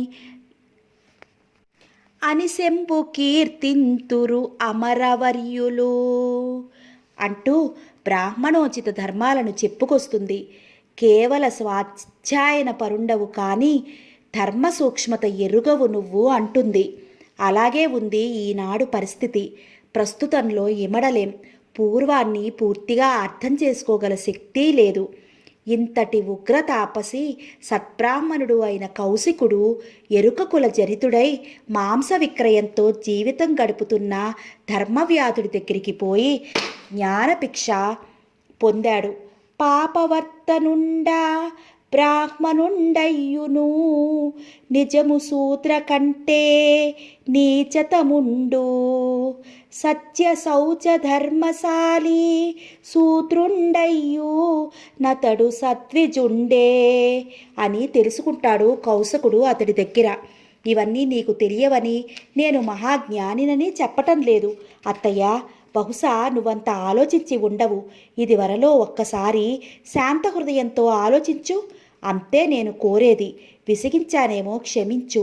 వెళ్తున్నాను. మైమరిచి వింటున్న ప్రత్యక్ష పరోక్ష వ్యక్తులిరువురు దిక్ప్రాంతి నుండి తేరుకోక మునిపే వందనాదేవి ఇల్లు దాటి కనుమరుగైంది. చక్రి తలవంచి భోజనం చేస్తున్న చక్రధరం తల్లి పిలుపుకు తలెత్తాడు. మళ్ళీ ఆశ్రమంలోకి వెళ్ళావా? మళ్ళీ అంటే అదే మొన్న సాయంత్రం ఆ హెలికాప్టర్ చూడటానికి వెళ్ళాం. అప్పుడు వందన రానన్నది కదా. అవును. ఆ తర్వాత మళ్ళీ వెళ్ళావా? లేదు. కుమారుని ముభావం చూసి కొంతసేపు మౌనం దాల్చింది లక్ష్మీదేవి. కానీ మనస్సును వ్యక్తం చేయకుండా అలా మౌనంగానూ ఉండలేకపోయింది. వందన పైకి అలా అంటుంది కానీ ఎన్ని తెలుసనుకున్నావు? నివురుగప్పి నిప్పు. చక్రధరం మాట్లాడలేదు, తల ఎత్తలేదు. ఒకనాడు వందనని గురించి ధర్మయ్య మాస్టర్ కూడా సరిగ్గా అదే విధంగా మాట్లాడటం గుర్తుకొచ్చింది. నేను కొంచెం తొందరపడ్డానేమో అనిపిస్తోంది ఇప్పుడు అంది లక్ష్మీదేవి తిరిగి. అప్పటికీ చక్రధరం మౌనం విడవలేదు. వచ్చి కొడుకు సామీప్యంలోనే కూర్చుంది లక్ష్మీదేవి. మాట్లాడవేం చక్రి? కోపమా? అతడి చుప్పుకం పుట్టి ప్రశ్నించింది. మాట్లాడడానికి ఏముందమ్మా? నువ్వు తల్లివి, పెద్దదానివి. ఇష్టమో కష్టమో నీకు అనంగీకారమైన విధంగా ప్రవర్తించనని మాట ఇచ్చాను. ఇంకేం చేయను? ఏమైనా ఉంటే ఆజ్ఞాపించు. హృదయపూర్వకంగా నవ్వేసింది లక్ష్మీదేవి. అయితే ఆజ్ఞాపిస్తున్నాను. మధ్యాహ్నం లేకుంటే సాయంత్రం ఒకసారి ఆశ్రమానికి వెళ్దాం. మాట్లాడవేంటి? ఏదో పెద్దదాన్ని, చాదస్తురాల్ని అనుచితంగానే ప్రవర్తించాననుకో. మీరు కోపం తెచ్చుకుంటే ఎలా? ఇప్పుడు కోపం ఎవరు తెచ్చుకున్నారమ్మా? మరెందుకు మాట్లాడావు? నవ్వాడు చక్రధరం. నేనేం మాట్లాడను? నీకు అక్కడి నుంచి రావాలనిపించగానే వచ్చేసావు, అలాగే మళ్ళీ వెళ్ళాలనిపించగానే వెళ్తావు. నేనెందుకు? కొంచెంసేపు ఊరుకుంది లక్ష్మీదేవి. అయితే రావన్నమాట. తలెత్తి అమ్మవదనంలోకి చూస్తూ గంభీరంగా అన్నాడు చక్రధరం. పెద్దదానువు. నీకు నేను వందన ఒకటే. నీకు నేను వందన ఒకటే. మమ్మల్ని మందలించి కోప్పడగల హక్కు నీకుంది.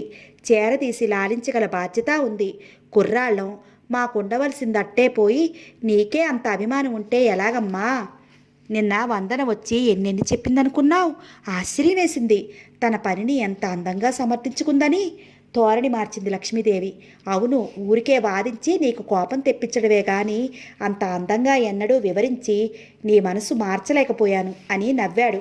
అయితే నిన్న వందన వచ్చినప్పుడు నువ్వు ఇంట్లోనే ఉన్నావా? అన్నీ విన్నావా? మీరు మాట్లాడుకుంటుండగానే వచ్చాను. అయితే సాయంత్రం ఒకసారి వెళ్దామా?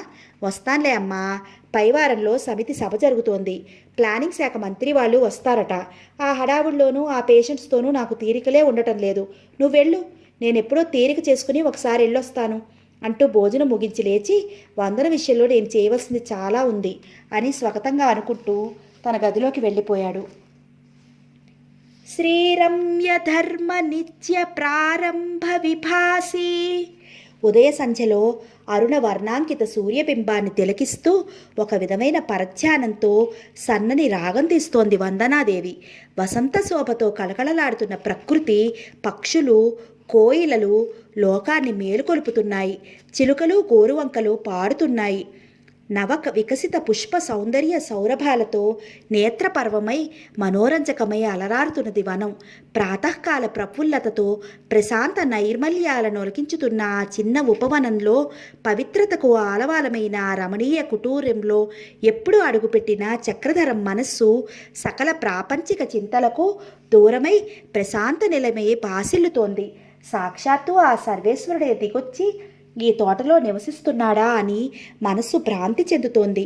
మాలతీ పారిజాతాల పరిమళంతో, పక్షిగణాల కిలకిలారావాలతో పూతల స్వర్గంలా ఉన్న ఆ వనంలో మురిసి పరవశమవుతూ నిల్చున్నాడు చక్రధరం. తాను వచ్చిన పని కూడా మర్చిపోయి ఆ వనంలో నాగమల్లె కింద తిన్నెపై చెక్కిట చేయి చేర్చుకుని కూర్చుని ఉన్నది వందనాదేవి. వనరాణిలాగా తెల్లని వలువలు ధరించి ఉన్నది. సుస్నాన సుదీర్ఘ కేశపాసం తడి వదలని మత్తుతో వీపునంతగా ఆవరించి నేలపై కూడా జీరాడుతోంది. అసుర సంధ్య వేళ 2 కొండల నడుమ అరుణరాగాలు వెదజల్లే శశాంకబింబంలా ఉంది. విల్లులా వంగిన కనుబొమలకు కొలది పైన అలంకరించిన కుంకుమరాగం సన్నగా తనలో తాను పాడుకుంటూ ఒడిలో ఉన్న అటుకులను కింద జల్లుతోంది. వాటిని పిచ్చికలు అనేకం చేరి నిర్భయంగా తింటున్నాయి. ఆమె పక్కనే కూర్చుని ఒక నల్లపిల్లి రొట్టె ముక్కలు తింటోంది. తిన్నెకు కొద్ది దూరంలో నిర్భయంగా కూర్చున్న 2 ఉడతలు మామిడి పళ్ళు చేతపట్టి ఆప్యాయంగా భుజిస్తున్నాయి. మామిడి చెట్టుపై కాయల కోసం చేరిన రామచిలుకలు రకరకాలుగా అరుస్తున్నాయి. ఆ దృశ్యం చూసిన చక్రధరం ఎదలో అనేక భావతరంగాలు ఉవ్వెత్తున లేచాయి. ప్రఖ్యాత ఆంగ్ల కవి వర్డ్స్వర్త్ కవిత్వం మనస్సులో మెదిలింది. మానవ జాతి నుండి ప్రేమానురాగాలు లభించక ప్రకృతితో స్నేహం చేశానంటాడు వర్డ్స్వర్త్. ఆ విధంగా ఈ స్వార్థ ప్రపంచంలో మానవుల నుండి ప్రేమాదరణులు కరువైన ఈ వందన ఈ నిస్సంగి ప్రకృతి సంతానంతో స్నేహం చేసి తృప్తి చెందుతోందన్నమాట. ఎవరిని ద్వేషించని పల్లెత్తి పరుషమాడని ఆమె హృదయం ఎంత కోమలమైనది. పుష్పం ఎంత అందం సువాసన కలదైనప్పటికీ దాని విలువ తెలిసి సున్నితంగా ఆక్రాణించే నేర్పు గలవారి వద్దనే రాణించి తన పరిమళాలు వెదజల్లుతుంది.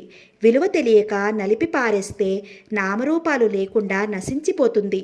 సున్నితమైన లతకు బలమైన వృక్షం అవలంబనగా ఉంటేనే చక్కటి మనుగడ. అదేవిధంగా అజ్ఞాతంగా నిరర్థకంగా పడి ఉన్న ఆ బాలికలోని వివేక విజ్ఞానాలు పైకి రావటానికి దోహదమిచ్చే ఉత్తముడు సౌమ్యుడు ఆమెకి జీవన సహచరుడుగా లభించాలి. ఆ అదృష్టవంతుణ్ణి నేనే ఎందుకు కాకూడదు? అతడి మేను పులకరించింది. అవును, లోకమంతకు ఏ వర్షమైనా ఉపయోగిస్తుంది. కానీ ముత్యపు చిప్ప స్వాతివాన కొరకే పరితపిస్తుంది. వందనకు నేనే తగినవాడిని ఇవాళ స్థిరంగా నిశ్చయించుకున్నాను. ద్వైదీభావం మాసిపోయింది. ఎన్ని ఆనందాలైనా వందన మనోసౌందర్యం ముందు దిగదుడిపే. ఎన్ని ధనధాన్యాలైనా ఆమె వివేకం ముందు అల్పమే. ఎటువంటి యువతి గుణశీలాదులైన ఆ సుగుణాల రాశిని తలదన్నలేవు విష్ణువందనాదేవి. అవును, ఆమె కామే సాటి. ఎవరికి కోపం వచ్చినా ఎవరేమన్నా ఈమెని మాత్రం వదులుకోరాదు. వందన మృదువుగా సంబోధిస్తూ చక్రధరం ఆమెను సమీపించాడు. రండి, కూర్చోండి అని తాను లేచి నిల్చుని సాదరంగా ఆహ్వానించింది వందన. నువ్వు కూర్చో, లేకుంటే నేను కూర్చోను. కూర్చుంటాను, మీరు అలా కూర్చోండి. చిందరవందరగా విరబోసుకుని ఉన్న జుట్టును ముడివేసి తల వంచుకుని కింద నేలపై కూర్చుంది. చక్రధరం తిన్నెపై కూర్చున్నాడు. ఇదేంటో చూడు వందన. చక్రధరం చేతిలో ఉంచిన చిన్న ఫోటోను చూసి ఆశ్చర్యపోయింది వందన. చాలాసేపు పరీక్షగా చూసింది. ఎవరిది బొమ్మ? తులసికోటకి పూజ చేస్తోంది ఒక అమ్మాయి. నవ్వాడు చక్రధరం. అంతా అమాయకురాలువేంటి వందన? నీదే. ఆ రోజు సాయంత్రం ఏదో వెలుతురు మీద పడిందన్నావు, జ్ఞాపకం లేదు? ఓహో అని ఊరుకుంది వందన ఉదాసీనంగా. ఆ వదనంలో తాను ఆశించిన భావ ప్రదర్శన కనిపించక నిరుత్సాహపడ్డాడు చక్రధరం. చాలాసేపు మౌనమే రాజ్యవేలింది. కొంతసేపటికి చక్రధరం మెల్లగా ప్రారంభించాడు. వందన, ఒక ముఖ్య విషయం మాట్లాడాలి. నువ్వు కొంచెం ఆలోచించి మాట్లాడు, తొందరపడకు. విశాల నేత్రాలను పైకెత్తి ఒక్కసారి అతడిని చూసి తిరిగి వాల్చేసింది వందన. నేను మంగని వివాహం చేసుకుంటానని విన్నప్పుడు తొలిసారిగా నువ్వేమనుకున్నావు? ఆమెను పరిశీలనగా పరికించుతూ ప్రశ్నించాడు. ఆమె వదనం పూర్వం మాదిరిగానే నిర్వికారంగానే ఉంది. అతడి ప్రశ్న ఆమెలో అతడు ఆశించినట్లు ఏ చలనమూ కలగ చేయలేదు. తలవాల్చి ఉంచి మందస్వరాన్ని జవాబిచ్చింది. ఏమీ అనుకోలేదు. నిజంగా? రెట్టించాడు చక్రధరం. ఆశ్చర్యం ధ్వనించింది. ముఖం పైకెత్తి కనుబొమ్మలు ముడివేసి అడిగింది వందన. అనుదినం అనేక విషయాలు వింటాం, అన్నిటికీ ఏమనుకుంటాం? అయితే నీ దృష్టిలో ఇతరులకు నాకు తేడా లేదా వందన? బాధ స్పష్టంగా శబ్దించింది అతని స్వరంలో. తన తప్పు తెలుసుకున్న వందనాదేవి పశ్చాత్తాప స్వరంతో అంది. అది కాదు బావా, నేననేది మీ గురించి అనుకోగల అర్హత ఉందా నాకు? ఏమనుకుంటాను? మంగ అదృష్టవంతురాలు అనుకుంటాను. చాలా మెల్లగా అయినా స్పష్టంగానే చెప్పింది. ఆ అదృష్టవంతురాలివి నువ్వే ఎందుకు కాకూడదు? ఉత్సాహంగా ప్రశ్నించాడు చక్రధరం ముందుకు వంగి. చటుక్కున లేచి నుంచుంది వందన. ఆమె బాహ్య ప్రవర్తనలో ఎటువంటి తొణుకు ప్రదర్శితమవ్వకపోయినా అంతరంగంలో కలిగిన తొట్రుపాటును అతడు గ్రహించాడు. అతడు లేచాడు కూర్చున్న ప్రదేశం నుండి. అవును వందన, నిన్ను నేను వివాహం చేసుకుంటాను, అంగీకరించు. ఆమె వెనక నుంచి లాలనగా అన్నాడు. జ్ఞానం వచ్చిన నాటి నుంచి బంధుప్రేమ కరువైన ఆమెకు అతడి ప్రేమపూరిత వాక్కులకు కళ్ళు చెమర్చాయి. నోట మాట రాలేదు. మాట్లాడమేం వందన? ఏం మాట్లాడమంటారు బావా? దీనంగా తలెత్తింది. నేనందుకు అర్హురాలునా? విద్య, రూప, గుణాలు ఏ ఒక్కదానిలోనూ నేను మీకు సరితూగజాలను. కాకి ముక్కుకు దొండపండు అన్నట్లుంటుంది మీ పక్కన నేను కూర్చుంటే. అదీకాక తల్లి లేని, ఆస్తి లేని నన్ను చేసుకోవడం మీకు సుఖదాయం కాదు. ఇప్పుడు నాపై జాలితో తొందరపడి వివాహం చేసుకుంటే తర్వాత విచారిస్తారేమో. చూడు వందన, దృఢస్వరంతో మెల్లగా మొదలుపెట్టాడు. మనం ఒకరికొకరం కొత్తవాళ్ళం కాదు. నీ సంగతి నీకంటే నాకే బాగా తెలుసు. అన్నీ తెలుసుకునే నేను కోరి చేసుకుంటున్నప్పుడు నీకు అభ్యంతరం ఏంటి? కోరితే నీకంటే మంగ కంటే అందగత్తెలు కురుస్తారు. వేల కొలిది ధనం లభిస్తుంది. కానీ అక్షర లక్షలు చేసే నీ అమృతాంతరంగం ఎలా లభిస్తుంది? బాహ్య సౌందర్యం కంటే హృదయ సౌజన్యతే నాకు ప్రధానం. సిరి సంపదల కంటే గుణసంపదే ముఖ్యం. వందల కొలిది ఎకరాలు, లక్షల కొలిది ధనరాశులు ఉంటే కానీ బ్రతకలేమా? వందనాదేవి నేత్రాల నుండి దుఃఖ ఆనందాశ్రవాలు మిళితమై ప్రవహిస్తున్నాయి. వృద్ధకంఠంతో జవాబిచ్చింది. బావా, నా మనస్థితి ఎలా వర్ణించేది? ఈ నిష్ఠుర జీవితంపై మీకు గల ప్రేమాభిమానాలు ఈ జన్మకి మరవలేను. అంతే చాలు, ఇంకేమీ వద్దు. ఈ విశాల ప్రపంచంలో నా వంటి నిర్భాగ్యురాలిని కూడా ప్రేమించేవారొకరున్నారు. ఈ ప్రేమ నా గుండెలలో సర్వదా వెన్నెల కాస్తుంది. అధైర్య సమయాలలో ధైర్యం కలిగిస్తుంది. అంతకంటే ఏం కావాలి? ప్రతిగా మీ జీవితం స్వర్గధామం కావాలని సర్వదా భగవంతుణ్ణి ప్రార్థిస్తాను. తనపై తనకే అశ్రద్ధ, జీవితంపై నిర్లక్ష్యం గల ఈ తండ్రిని వదిలి నేను మీతో రాలేను. నాకు జీవితం పైన, అలంకరణపైన కోరిక లేదు. నాన్న సేవలోనే నా జీవితం తరించిపోతే చాలు. ఈ పక్షులలో ఒక పక్షిగా, ఈ చెట్లలో ఒక చెట్టుగా, ఈ పువ్వులలో ఒక పువ్వుగా నా జన్మ గడిచిపోతే చాలు. మరే కోరిక లేదు. భారంగా నిట్టూర్చాడు చక్రధరం. ఆమె చేతిని తన చేతిలోకి తీసుకుంటూ అడిగాడు. ఆలోచించి చూడు వందన, ఇందులో బలవంతమేమీ లేదు. నువ్వు నాతో ఎక్కడికి రానక్కర్లేదు. ఈ గ్రామ ప్రజలకు వైద్యం చేస్తూ నేను ఇక్కడే ఉండిపోతాను. ఇంత చదువుతో ఈ పల్లెలో ఎలాగోలాగా బ్రతకలేకపోము. ఈ ఉద్యోగమే ప్రధానం కాదు. ఇద్దరం నిరాడంబురలం. మన మనస్తత్వాలు ఒకటి. పాలు నీరు కలిసిపోయినట్లుగా కలిసిపోతాం. ఏ బాధ ఉండదు. బాధించేవాళ్ళుండరు. నీకు ఈ వెట్టి చాకిరి యమయాతన నుండి విముక్తి లభిస్తుంది. అమ్మ నా కోరికను అడ్డు చెప్పదు. ఏదో చిన్న చిన్న విషయాల్లో కోపం చూపినా అమ్మకు నీపై చాలా అభిమానం. మాట్లాడు వందన, ఏంటి నీకింకా అభ్యంతరం? పెద్దమావైపై పై కుమార్తెగా నీకెంత ప్రేమానురాగాలున్నాయో మేనలుడిగా నాకు అంతే ఉన్నాయి. ఇరువురం కలిసి ఆయనకు శుశ్రూష చేద్దాం. అంగీకరించు వందన, అడ్డు చెప్పకు. వందన ఏమో చెప్పేలోగా రుక్మిణి కంఠస్వరం వినిపించింది గరగరలాడుతూ. అతి సమీపంలో కూర్చుని సన్నిహితంగా మాట్లాడుకుంటున్న చక్రధరం, వందనాదేవి ఉలిక్కిపడి లేచారు. ఊళ్ళో ఎక్కడో ఏదో జాతర జరుగుతున్నట్లుంది. ఆ డప్పుల చప్పుడు ఏమిటో గుండెలపై కొడుతున్నట్లు అనిపించింది ఇద్దరికి. ఏం పిన్ని, ప్రొద్దున్నే ఇలా వచ్చావు? సంతోషంగా అడిగింది వందనాదేవి. రుక్మిణి వదనం చాలా కఠినంగా ఉంది. చూపులు అప్రసన్నంగా ఉన్నాయి. నడువు, బండెక్కు అంది ఆజ్ఞాపిస్తున్నట్లు ఆమె దగ్గరున్న ఫోటోను పరీక్షగా చూస్తూ. వందెన అప్రయత్నంగానే చక్రధరం వైపు చూసింది. అతడు ఆమెను వారిస్తున్నట్లు కనుసైగ చేస్తూ, ఏమత్తయ్యా, ఏంటి అంత తొందరగా ఉన్నావు అని అడిగాడు. నా సంగతి ఏం కానీ నువ్వంత తీరిగ్గా ఉన్నావేంటి? రుక్మిణి ఎదురు ప్రశ్నతో నిష్ఠురత, తీవ్రత, కఠినత, అధికారం కూడా ప్రతిబింబించాయి. ఏ ఉద్యోగం మానేశావేంటి అంది తిరిగి అతడు సమాధానం చెప్పేలోగానే. తేలిగ్గా నవ్వేశాడు చక్రధరం. మానాలంటే నా ఇష్టమా, చెయ్యాలంటే నా ఇష్టమా? మరే మహానుభావుడు ఆ పనికి పూనుకోకుండా ఉండాలి. ఇంతకు నేను అడిగింది చెప్పావు కాదు. ఏ దాని తరఫున ప్లేడర్వా నువ్వు? బిగ్గరగా నవ్వేశాడు చక్రధరం. మా మావయ్య భార్యని అనిపించుకున్నావు. వందనికి మళ్ళీ నీరసం, గుండెదడ వచ్చాయన్నమాట. అందుకే నువ్వు అన్నట్లు ఉద్యోగం మానేసి ఇక్కడ మందు ఇవ్వడానికి వచ్చాను. అది రాయిలా కనిపిస్తుంటే నువ్వు దానికి లేని రోగాల్ని అంటగడతావేంటి? నేను మూర్ఖురాల్ని కాదు, అన్నీ తెలుసుకోగలను. పదవే వందన, ఇక్కడ రాయిలా కూర్చుంటే నీకు తిండి, నీ బాబుకి పాలు సరఫరా చేస్తూ కూర్చోమంటావా? అదేంటత్తయ్య, వచ్చి మాత్రం ఏం చేస్తుంది? వందన ఆరోగ్యం ఏమీ బాగుండలేదు. నా మాట మీద నమ్మకం లేదా నీకు? మందివ్వడం అంటే ఏంటి, ఫోటోలు తీయడమా? హేళనగా అడిగింది రుక్మిణి. మీరుండండి బావా, నన్ను మాట్లాడివ్వండి అంటూ చక్రధరాన్ని వారించి ధైర్యంగా నిశ్చితంగా రుక్మిణి వదనంలోకి చూసిన వందన. నేను నిన్నెప్పుడూ ఎదిరించి మాట్లాడలేదు పిన్ని. నాకు అమ్మవైనా నువ్వే, పిన్నివైనా నువ్వే. కానీ నీ మాటలో నిజం లేదని సాహసించి చెప్తున్నాను. నువ్వు నాకు భోజనం, నాన్నకి పాలు పంపిస్తున్నావా? ఎప్పుడు పంపించి శ్రమపడ్డావు నువ్వు? ఎన్నడూ తన మాటకి ఎదురు ఆడని వందన తిట్టినా కొట్టినా నోరెత్తక పడి ఉంటే దిక్కుమారినది ఇవాళ ధైర్యంగా తన ముఖం చూసి గొంతెత్తి మాట్లాడుతుంటే రుక్మిణి ఆశ్చర్యపోయింది, కోపము వచ్చింది. ఆమె దిక్భ్రాంతి నుండి కోలుకోకముందే తిరిగి వందనాదేవి అంది. నాకు జ్వరం వచ్చిన నాడు, అంటే నెల్లాళ్ళ క్రితట నాన్నకు పాలు పంపించావు. నాకు జ్వరం వచ్చిందని అత్తయ్య ఇక్కడికి రావడంతో అన్నీ ఆవిడే చూసుకుంది. ఇప్పుడు అత్తయ్య వెళ్ళి వారం రోజులైంది ఇక్కడ నుంచి. అప్పుడు కానీ ఇప్పుడు కానీ నువ్వు భోజనం, పాలు పంపలేదు. అసలు ఎవరూ రాలేదు. వారం రోజుల కిందట ఒకనాడు వచ్చావు నువ్వు, మళ్ళీ ఇప్పుడు వచ్చావు. ఏంటి? అప్పటికి ఆశ్చర్యం నుండి కాస్త తేరుకున్న రుక్మిణి మళ్ళీ క్రోధాన్నంతటిని కూడ తీసుకుని కనులలో జోతకపరుస్తూ అరిచింది. నీకు భోజనాలు, పాలు అందడం లేదా? మరైతే ఇంత దుక్కలా ఎలా ఉన్నావు? చక్రధరం ఆశ్చర్యంగా చూడసాగాడు. వందనాదేవి నీరసంగా నిర్లక్ష్యంగా నవ్వింది. అందరికీ తెలిసిన విషయం గురించి పసివాళ్ళలా అమాయకంగా దబాయించడం దేనికి పిన్ని? నా ఆరోగ్యం సంగతి అటుంచు. అసలు నేనిక అక్కడికి రాను.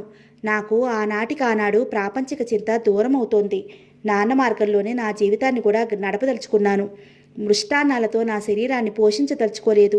అర్ధరహితమైన బ్రతుకు బ్రతకదలుచుకోలేదు నేను. నాన్నకు ఆహారమైన పళ్ళే నాకు ఆహారం అయ్యాయి.